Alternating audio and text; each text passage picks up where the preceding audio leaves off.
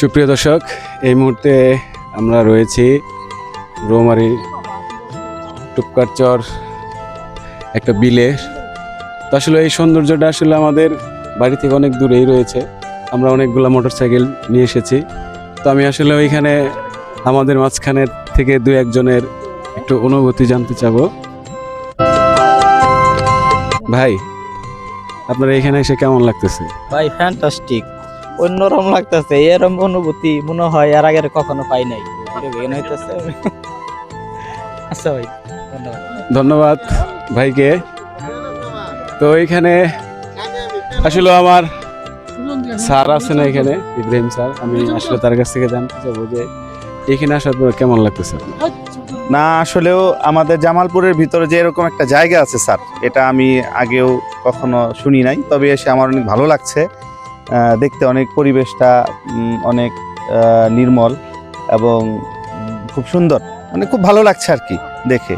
মানে মন চাইলে আবারও আসার মতো একটা অনুভূতি জাগে আর কি। তো দর্শকদের উপলক্ষে আপনি একটু কিছু বলেন এই জায়গায়। দর্শকদের কথা হচ্ছে যে আপনারা আসেন, আমাদের জামালপুরের সৌন্দর্যকে উপভোগ করেন। জামালপুরের এরকম একটা সুন্দর জায়গা আছে, সে এসে দেখে যান এবং প্রকৃতির সাথে কিছু সময় কাটিয়ে যান। তো সবই বললেন, আসলে এই জায়গাটা এখনো নাম বলা হয়নি। এই জায়গাটার নাম আসলেই হলো রৌমারী বিল নিকলি বলে, নিকলি এলাকা আর কি, মানে টুপকারচর। ইয়েস, টুপকারচর। তো ধন্যবাদ সবাইকে। আসলে আমরা এখানে অনেকগুলো গাড়ি এসেছি, প্রায় 7-8টা গাড়ি প্রায় এসেছে। আমরা এখানে অনেকজন আমরা মানুষের এখানে আসলে আমরা মাঝে মধ্যে এই ভ্রমণগুলো করে থাকি। তো আসলে আমার পিছনে রয়েছে আমার এক বড় ভাই। তো আমি আসলে তার একটু অনুভূতিটা জানতে চাবো, আপনারা দেখতে থাকেন। এই হচ্ছে আমার মুক্তার ভাই। তো ভাই, আসলে আপনাকে একটা প্রশ্ন আমার, এইখানে আসার পর আপনার কেমন লাগতেছে? আসলে এখানে আসার পরে অনেকটা ভালো লাগতেছে।